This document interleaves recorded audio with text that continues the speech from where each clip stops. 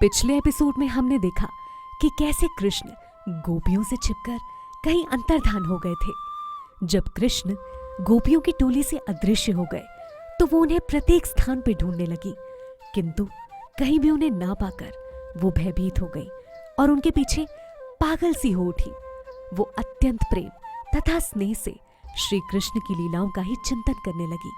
उनके ध्यान मग्न होने के कारण उनकी स्मृति जाती रही और अश्रुपूरित नेत्रों से वो श्री कृष्ण की सारी लीलाएं, उनके साथ हुए सुंदर वार्तालाप, उनके आलिंगन तथा अन्य कार्यकलाप देखने लगी। श्री कृष्ण के प्रति अत्यधिक आकृष्ट होने से वो उनके नाचने, चलने, हंसने का इस प्रकार अनुकरण करने लगी मानो वो स्वयं श्री कृष्ण हो। कृष्ण के ना होने से वो सब पागल हो उठी। वो एक दूसरे से कहने लगी कि वो ही स्वयं कृष्ण है। वो सब शीघ्र ही एकत्र हो गई और जोर जोर से कृष्ण नाम का उच्चारण करने लगी। वो उन्हें ढूंढते ढूंढते जंगल के एक सिरे से दूसरे सिरे तक पहुंच गई। भगवान श्री कृष्ण सर्वव्यापी है। वो आकाश में है, वन में है, हृदय के भीतर है और सर्वत्र विराजमान है। इसलिए गोपियां वृक्षों तथा पौधों से श्री कृष्ण के विषय में पूछने लगी। जंगल में अनेक प्रकार के बड़े तथा छोटे वृक्ष थे। गोपियां इन वृक्षों को संबोधित करने लगी। हे वट वृक्ष, क्या तुमने नंद महाराज के पुत्र को इधर से जाते, हंसते तथा बंसी बजाते देखा है? वो हमारे चित्त चुराकर चला गया है। यदि तुमने उसे देखा है तो हमें बताओ वो किधर गया है। हे प्रिय अशोक वृक्ष, हे नागपुष्प के वृक्ष, हे चंपक वृक्ष, तुम ही बता दो कि क्या बलराम के छोटे भाई को इधर से जाते देखा है? वो हमारे गर्व के कारण अंतर्धान हो गया है। गोपियों को कृष्ण के अंतर्धान होने का कारण ज्ञात था। वो जानती थी कि जब वो कृष्ण के साथ आनंद मग्न थी तो वो अपने को ब्रह्मांड की सर्वाधिक भाग्यशालिनी स्त्रियां समझ रही थी, और क्योंकि अपने को गर्वित अनुभव कर रही थी, इसलिए कृष्ण उनके गर्व का दमन करने के लिए तुरंत अंतर्धान हो गए। कृष्ण नहीं चाहते थे कि उनके प्रति की गई सेवा के लिए उनके भक्त गर्वित हो। वो हर एक की सेवा स्वीकार करते हैं, लेकिन वो ये नहीं चाहते कि एक भक्त अपने को दूसरे से अधिक गर्वीला अनुभव करे। यदि कभी ऐसी भावना उत्पन्न हो जाती है तो कृष्ण उसके प्रति अपना भाव बदलकर उस भावना को समाप्त कर देते हैं। तब गोपियां तुलसी के वृक्षों को संबोधित करने लगी। हे तुलसी, तुम कृष्ण को अत्यंत प्रिय हो, क्योंकि तुम्हारे पत्ते उनके चरण कमलों पर चढ़ते हैं। हे मालती, हे मल्लिका, हे चमेली, हमें दिव्य आनंद प्रदान करने के बाद इधर से जाते हुए कृष्ण ने तुम सबका अवश्य स्पर्श किया होगा। क्या तुमने माधव को इस ओर जाते हुए देखा है? हे आम्र वृक्ष, हे कटहल, हे नाशपति, असन वृक्षों, हे जामुन, बेल वृक्षों, कदम पुष्प के वृक्ष, तुम सब यमुना के तट पर रहने के कारण अत्यंत पवित्र हो। इधर से कृष्ण अवश्य गए होंगे। क्या तुम सब बता सकोगे कि वो किस ओर गए हैं? तत्पश्चात गोपियों ने जिस पृथ्वी पर वो चल रही थी उसे संबोधित करना प्रारंभ किया। हे पृथ्वी, हमें ज्ञात नहीं कि आपने कृष्ण के चरण चिन्हों को अपने ऊपर धारण करने के लिए कितना तप किया होगा। आप बड़ी प्रसन्न चित्त हैं। ये प्रमुदित वृक्ष और पौधे ही आपकी रोमवालियां हैं। कृष्ण अवश्य ही आप पर अत्यधिक प्रसन्न रहे होंगे, अन्यथा वरा रूप में उन्होंने आपका आलिंगन क्यों किया होता? जब आप जलमग्न थी तो उन्होंने आपका सारा भार अपने दांतों पर उठाकर आपका उद्धार किया था। अनेक वृक्षों, पौधों और पृथ्वी को संबोधित करने के पश्चात उन्होंने अपना मुंह उन सुंदर हिरणों की ओर फेरा जो उनकी ओर प्रसन्नता पूर्वक देख रहे थे।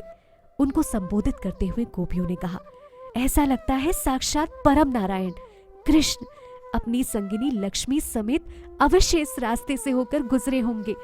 अन्यथा ये कैसे संभव है कि यहाँ समीर में उनके पुष्पहार की सुगंध लक्ष्मी जी के वक्षस्थल में लेप किए गए कुमकुम की सुगंध से युक्त अनुभव की जा रही हो? ऐसा लगता है कि वो यहाँ से अवश्य गुजरे होंगे और उन्होंने तुम्हारे शरीरों का स्पर्श किया होगा, जिससे तुम सब इतने प्रसन्न लग रहे हो और हमारी ओर करुण दृष्टि से देख रहे हो। कृपा करके क्या हमें बता सकोगे कि कृष्ण किधर गए? कृष्ण वृंदावन के शुभचिंतक हैं। वो तुम पर उतने ही दयालु हैं जितने हम पर, इसलिए हमें त्यागने के बाद वो अवश्य ही तुम लोगों के संग रहे होंगे।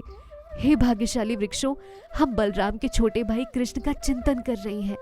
वो अपना एक हाथ लक्ष्मी देवी के कंधे पर रखे और दूसरे हाथों में कमल का पुष्प घुमाते हुए इधर से गए होंगे और तुम लोगों के नमस्कार करने पर प्रसन्न हुए होंगे और तुम सबको प्रसन्नता पूर्वक निहारा होगा। तब कुछ गोपियां अपनी अन्य गोपी सखियों को संबोधित करने लगी। सखियों, तुम इन लताओं से क्यों नहीं पूछ रही जो इन विशाल वृक्षों का प्रसन्नता पूर्वक आलिंगन कर रही हैं? मानो वो इनके पति हो। ऐसा लगता है कि इन लताओं के फूलों को श्री कृष्ण ने अपने नखों से अवश्य ही स्पर्श किया होगा, अन्यथा ये इतनी प्रसन्न क्यों है? जब गोपियां कृष्ण को इधर उधर खोजकर थक गईं, तो वो प्रमताओं की तरह बातें करने लगी। वो कृष्ण की विविध लीलाओं का अनुकरण करके अपने आप को संतुष्ट करने लगी। एक ने पूतना राक्षसी का अनुकरण किया, एक गोपी छकड़ा बन गई और दूसरी इस छकड़े के नीचे लेटकर अपनी टांगे हिलाने लगी, जिससे वो छकड़े के पहियों को छू जाए, जिस प्रकार श्री कृष्ण ने शक्तासुर का वध करने के लिए किया था। एक गोपी बालक कृष्ण का अनुकरण करते हुए भूमि पर लेट गई और एक गोपी तृणावर्त बनकर उस नन्हे बालक कृष्ण को बलपूर्वक आकाश में उठा के ले गई। एक गोपी ने कृष्ण का अनुकरण घुटनों के बल चलते हुए किया। दो गोपियां कृष्ण तथा बलराम बनी और अन्य अनेक गोपियां ग्वाल बाल बन गई। एक गोपी ने बकासुर का रूप धरा और दूसरी ने उसे बलपूर्वक पृथ्वी पर गिरा दिया, जैसे बकासुर गिरा था जब उसका वध हुआ था। इसी प्रकार एक अन्य गोपी ने वत्सासुर को हराया। जिस प्रकार श्री कृष्ण अपनी गायों को उनके नाम ले लेकर पुकारते हैं, उसी प्रकार गोपियां उनका अनुकरण करने लगी और गायों को उनका नाम ले लेकर पुकारने लगी। एक गोपी बांसुरी बजाने लगी और दूसरी उसकी वैसी ही प्रशंसा करने लगी जिस प्रकार ग्वाले श्री कृष्ण की बंसी बजाते समय करते थे।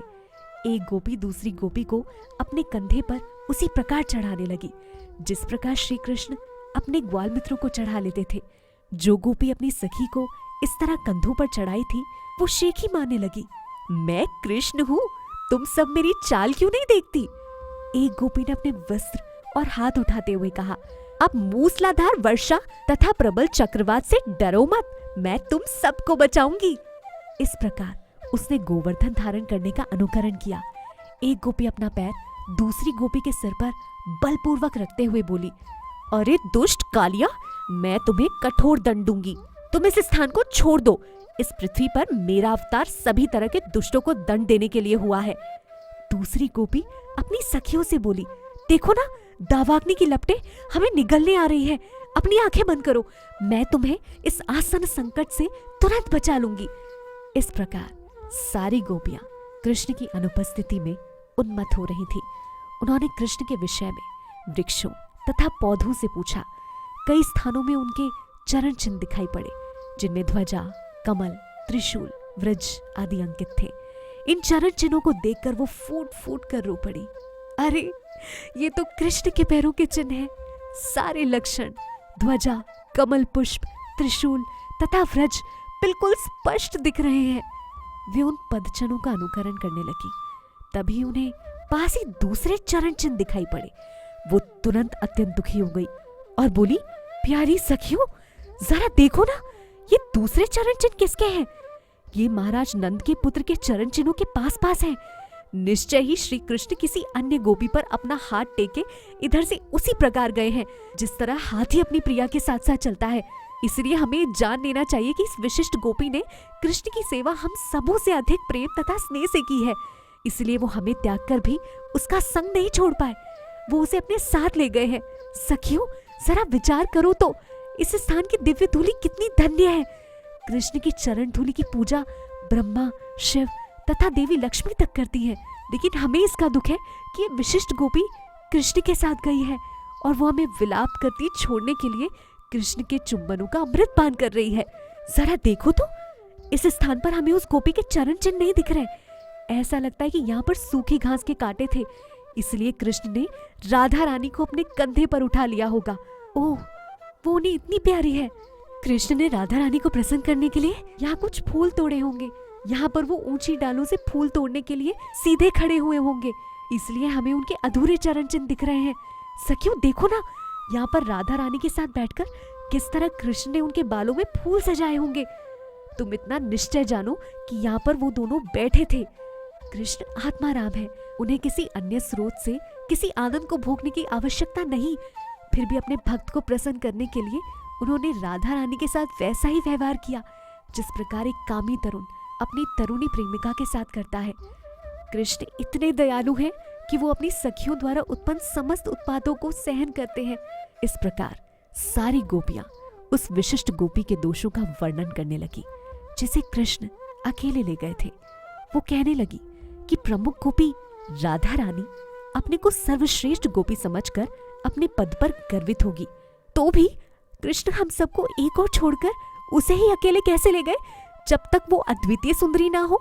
वो कृष्ण को घने जंगल में ले जाकर बोली होगी, हे प्रिय कृष्ण, मैं अब बहुत थक गई हूँ, मैं अब और नहीं चल सकती, अब आप चाहे मुझे जहां ले जाएं लेकिन उठा कर ले जाएं।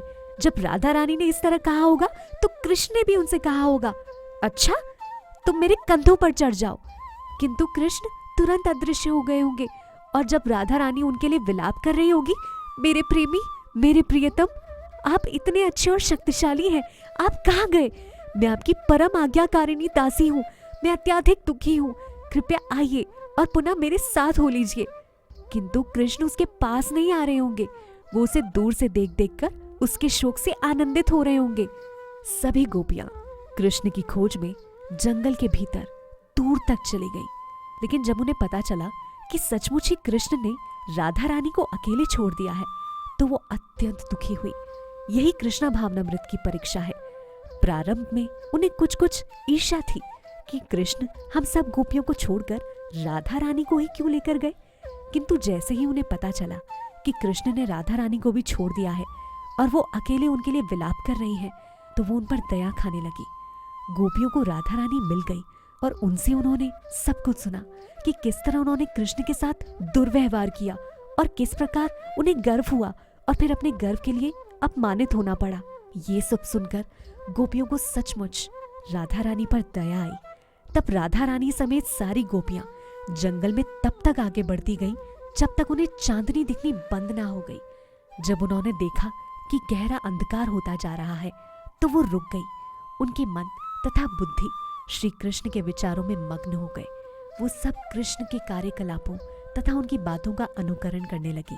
अपना हृदय तथा अपनी आत्मा श्री कृष्ण पर न्यौछावर करने के कारण वो अपने परिवार को भूलकर उनकी महिमा का गान करने लगी। इस प्रकार सारी गोपियां यमुना तट पर लौटकर वहां एकत्र हो गई और ये सोच सोचकर कि श्री कृष्ण उनके पास लौटकर आएंगे, श्री कृष्ण की महिमा का कीर्तन करने लगी। हरे कृष्णा कृष्ण कृष्ण हरे हरे, हरे राम राम राम हरे हरे। अगले एपिसोड में हम जानेंगे कि गोपियों ने और क्या तरीके अपनाए कृष्ण को बुलाने के। हरे कृष्णा।